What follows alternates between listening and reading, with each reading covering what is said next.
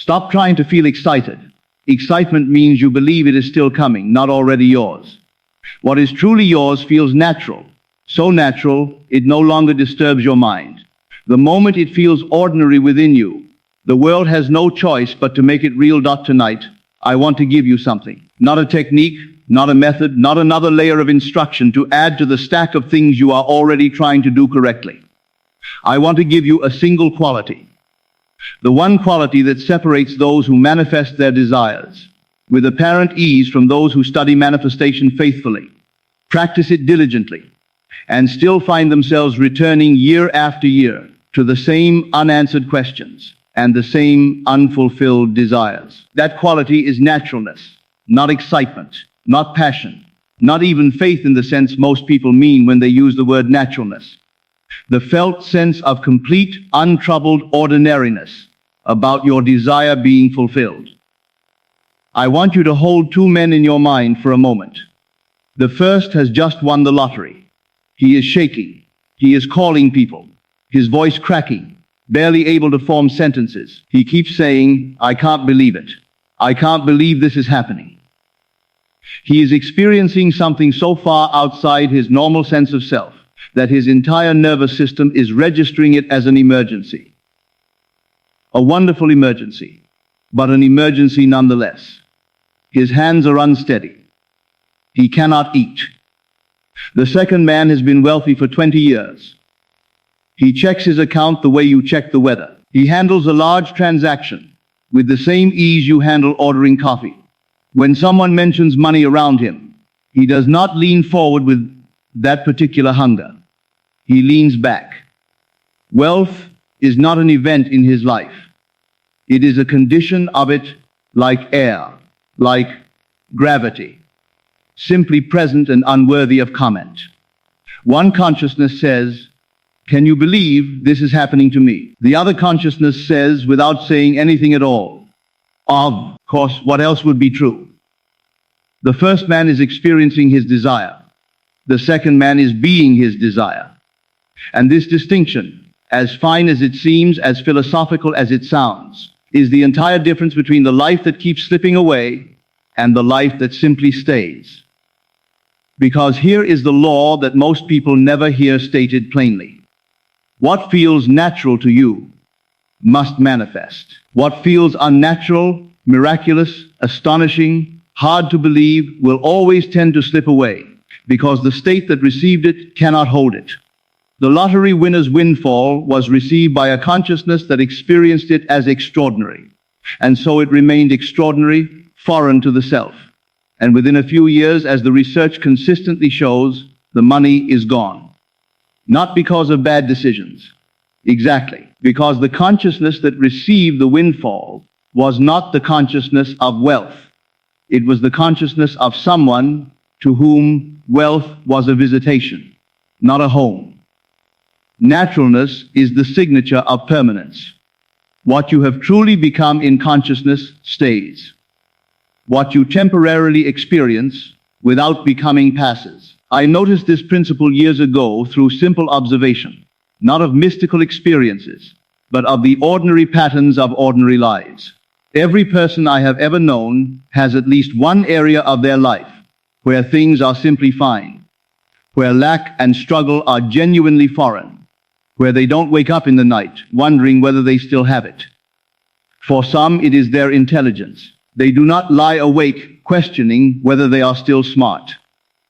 They do not check. They do not perform intelligence anxiously to reassure themselves. They simply are intelligent. And this naturalness means intelligence stays stable, grows organically, requires no maintenance. For others, it is their health, or their creativity, or their warmth with other people, or their capacity to find humor in difficulty. Whatever it is, wherever in your life you feel genuinely at home, that dimension is stable, not because you work to maintain it, because you don't have to work, because it is simply what you are. Now notice the places you struggle, the relationship that keeps not quite working, the finances that are always a source of low-grade tension, the career that seems to resist your efforts at growth, the health that requires constant attention. In each of these areas, if you look honestly, you will find something consistent. You are trying to have these things rather than naturally being someone who has them.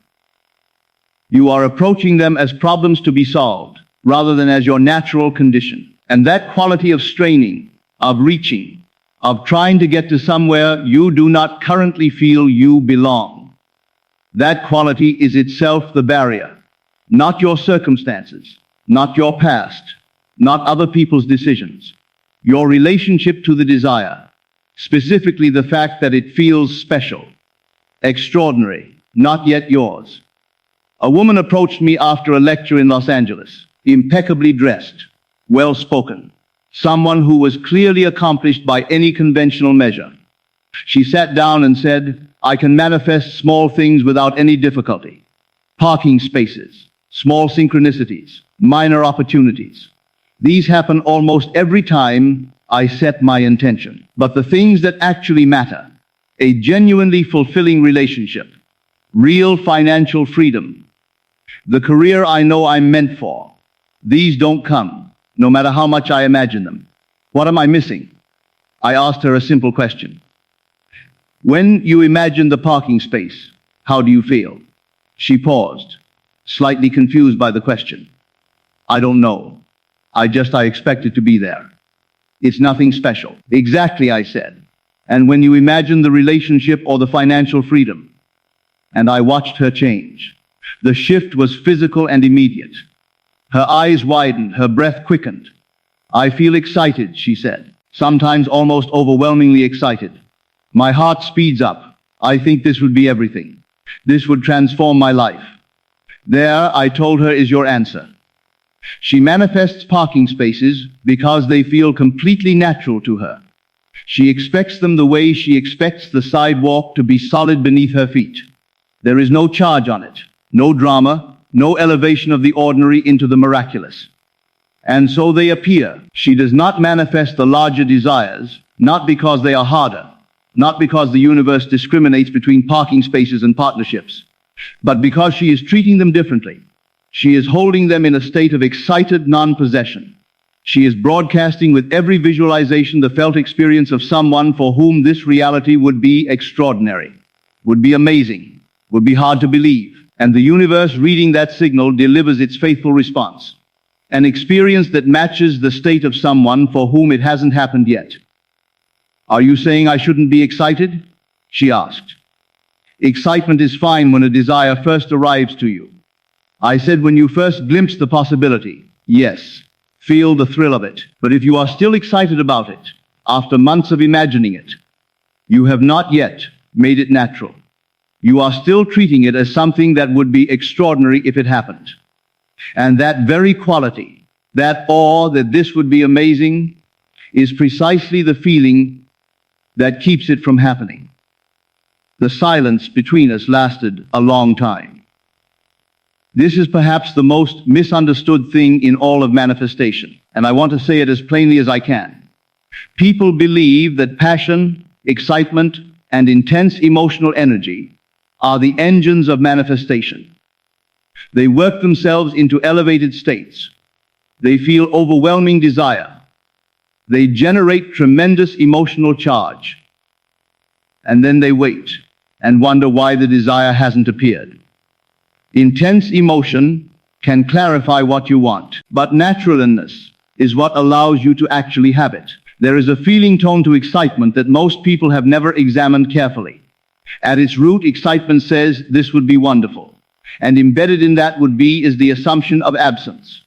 Excitement, as most people experience it in relation to their desires, is the feeling of someone who does not yet have something they very much want. It is charged with longing.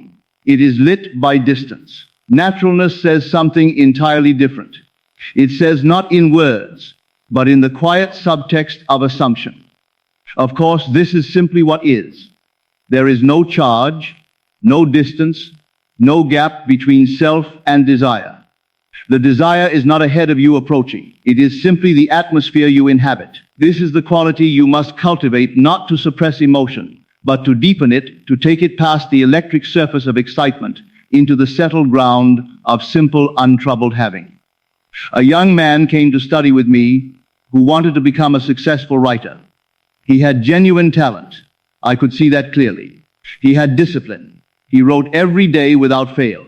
He imagined his success every night. His name on bestseller lists, the reviews, the recognition. He generated real feeling in these imaginations. And year after year, the rejection letters came. One afternoon, he came to me with a specific frustration of someone who has done everything right and still cannot understand why it isn't working. Tell me, I said, how does a successful writer feel to you? His eyes lit up in the way that confirmed everything I suspected.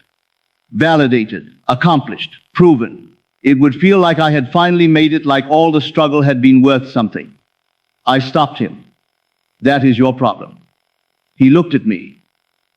You are imagining being a successful writer as something that would transform you, that would elevate you from what you currently are into something else, something better, something you can't quite believe you'd be allowed to become. To you, it is extraordinary, special, the culmination of a long proving of yourself.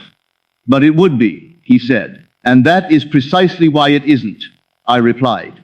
Let me ask you something else. How do you feel about your ability to read? He looked genuinely puzzled. I just read. I've always been able to read. It's nothing. Exactly.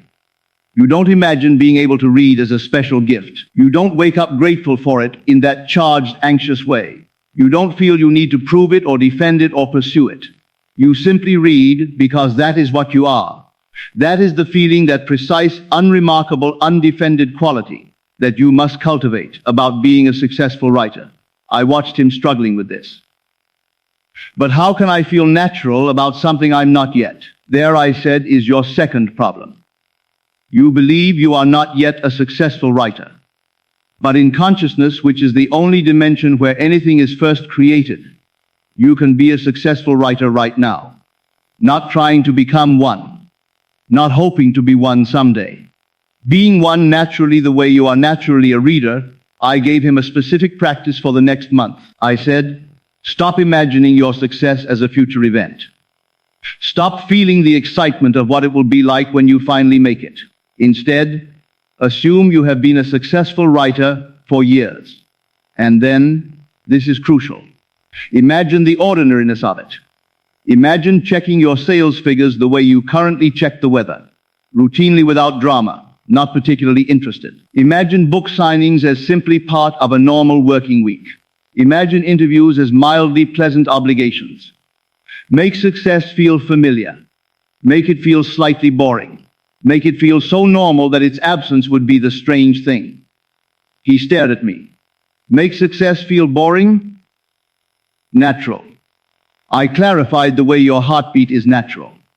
The way reading is natural. Natural things don't require your attention and energy and focus to maintain their existence. They simply are.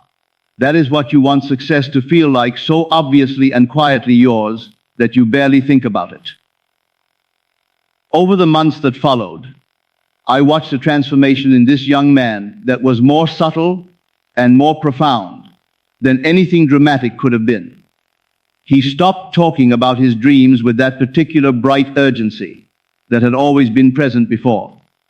The breathlessness disappeared. The fire in the eyes quality of someone who desperately needs something to happen that faded and was replaced by something quieter and more solid. He began to carry himself the way a person carries themselves when they know who they are. Not performing confidence, simply occupying it.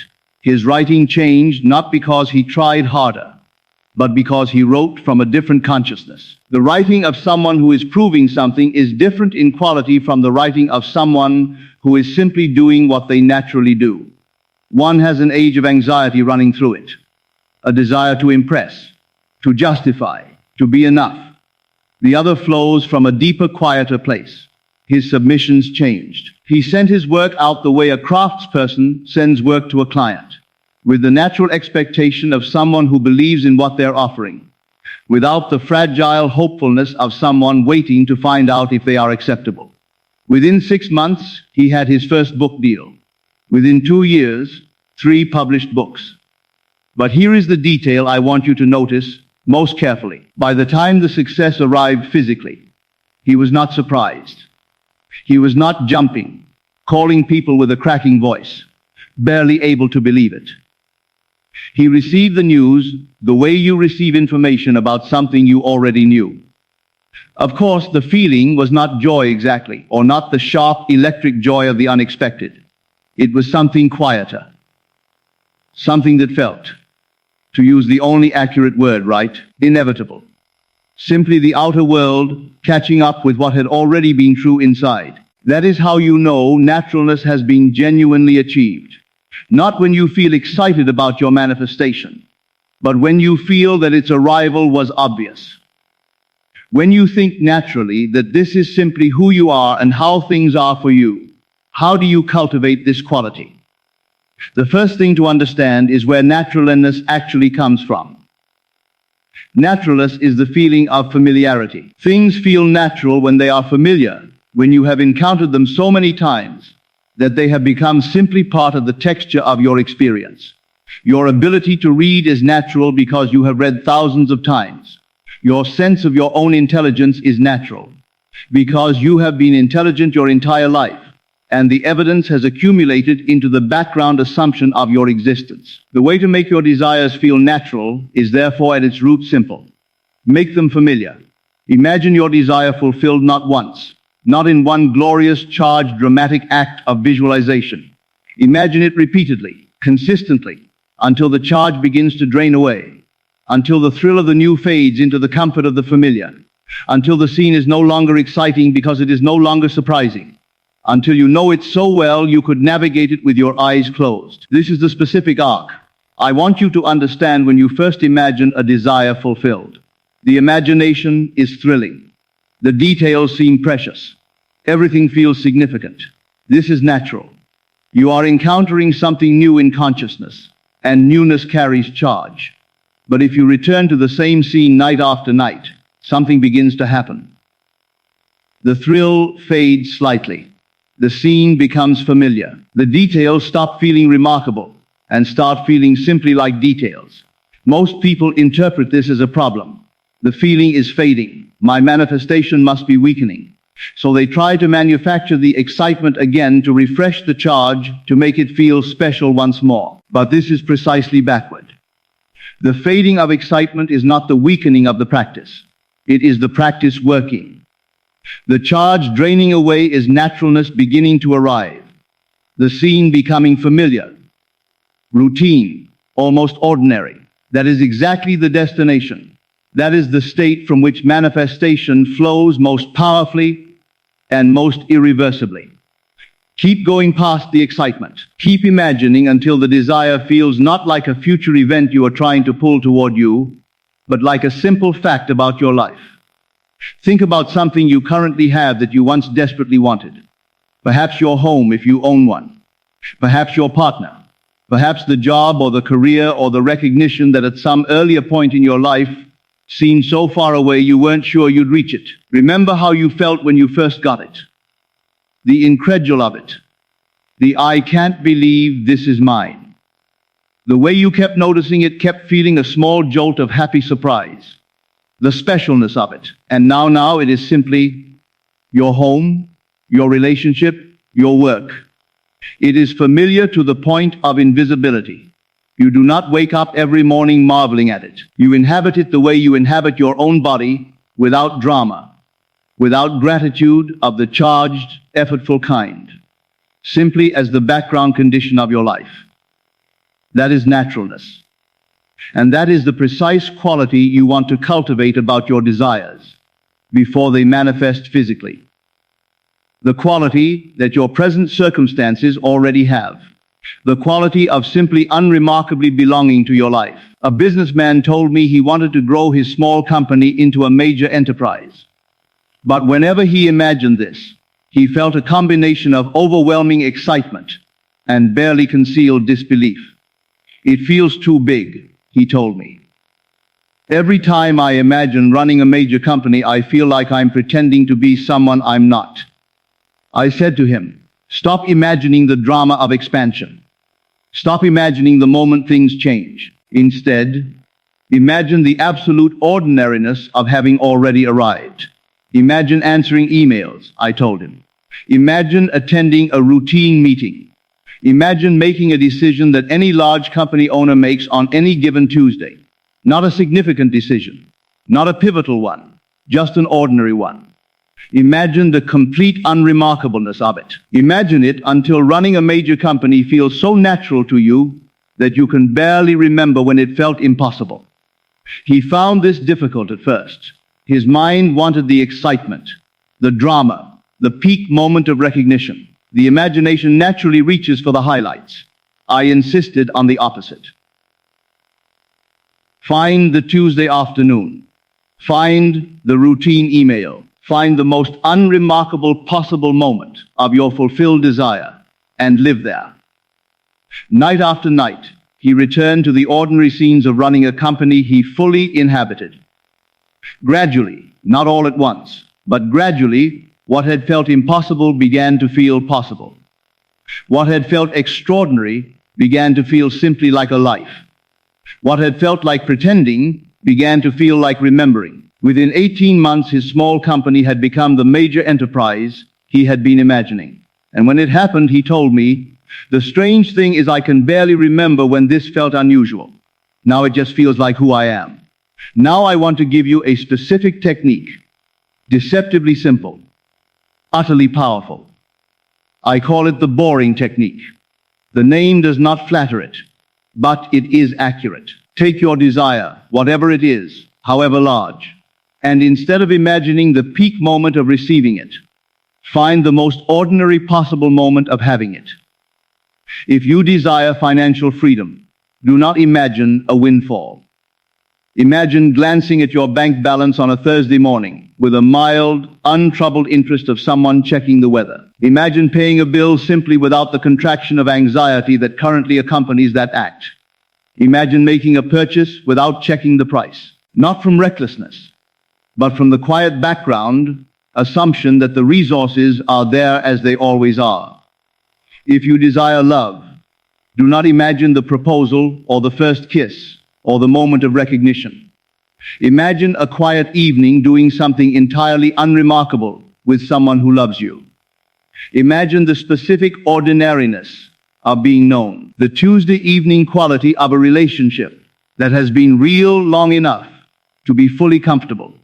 If you desire creative success, do not imagine the award or the applause or the review that changes everything. Imagine a regular working day doing what you love it being simply what you do expected. Natural, not particularly dramatic. The more ordinary the scene, the more powerful the practice. Ordinariness is naturalness. And naturalness, as I have been telling you all evening, is what allows the desire to arrive and to stay. I want to tell you about a woman who wanted to move from a small apartment to a house by the ocean.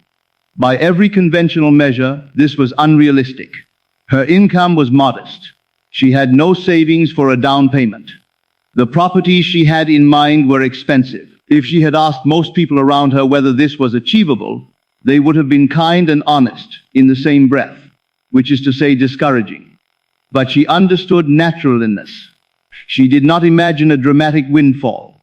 She did not imagine the moment she received the keys, or the first morning she woke up and saw the water. She found something smaller and more powerful than any of those scenes. She imagined making coffee in the morning and glancing at the ocean. That was the whole scene. No drama, no specialness. Just the small, unremarkable act of making coffee and the ocean visible through the window and the complete ordinariness of this being simply her life. She returned to this scene every morning for months. She told me that eventually it became so familiar that there were mornings groggy, half awake before full consciousness arrived, when she would expect to see the ocean. When the apartment window would register for a brief moment as wrong, as not what should be there. That is the moment you are aiming for. When the imagined reality is more familiar to your consciousness than your current physical surroundings. Within a year, through a sequence of events that seemed remarkable to everyone watching, but felt entirely natural to her. She was living in that house. When I visited her there, I watched her make coffee and glance at the ocean with the specific quality of someone who has been doing something for decades. Easy, unhurried, simply herself in her natural habitat. The strange thing, she told me, smiling, is that I can't remember when this felt unusual. It just feels like where I've always belonged. I want to address something directly because it will arise for many of you. Someone will ask, isn't this a form of denial?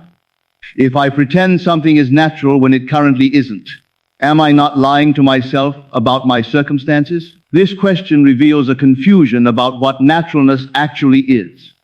Naturalness is not a claim about your physical circumstances. It is a quality of your consciousness. And your consciousness, unlike your bank account, is not subject to external audit. It is the creative ground from which your circumstances will eventually arise. Before you learn to read, reading felt unnatural, foreign, impossible, something that other people could do, but that you could not quite access. But there were already people for whom reading was completely natural. Their naturalness was not a denial of your current inability. It was simply a description of their consciousness. Now reading is natural to you. Has reading itself changed? No. Your consciousness of reading has changed. The naturalness was always available. It was simply a matter of your consciousness arriving at the place where it belonged. Your desire is the same. It feels unnatural now.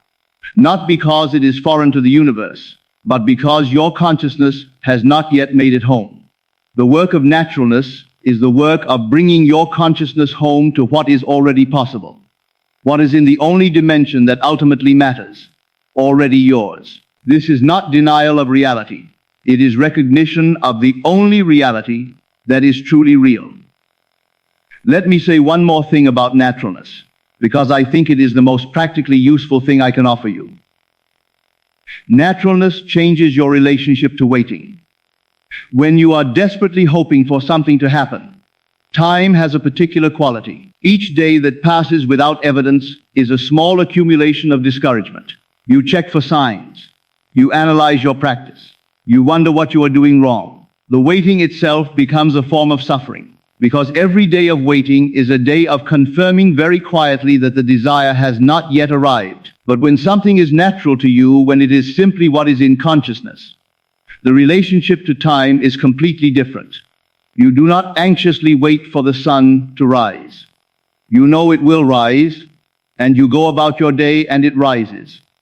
You do not desperately check for signs of spring during winter. You know spring is the nature of things, and it arrives as it always does, without requiring your anxious monitoring. When your desire has become natural to you in consciousness, you relate to its physical manifestation the way you relate to the sun rising.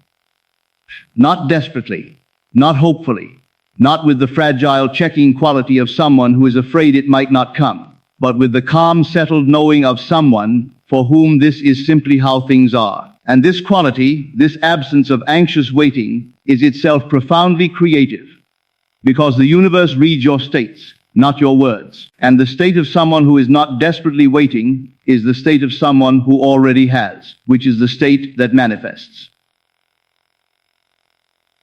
Tonight, I want to leave you with a single precise invitation. Examine your desires. Not all of them at once, but the ones that matter most. The ones you have been carrying for a long time. The ones that still feel electric with wanting. Still carry that specific quality of ache and hope. Still feel like they would be miraculous if they happened. Those are the desires that need naturalness most urgently.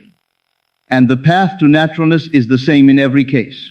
Find the most ordinary possible moment of your desire fulfilled. The Tuesday afternoon version, the morning routine version, the so familiar you barely notice it version, and return to it not once in a dramatic act of imagination, but night after night, until the thrill gives way to familiarity, until familiarity gives way to assumption, until assumption settles into the quiet ground of simply knowing.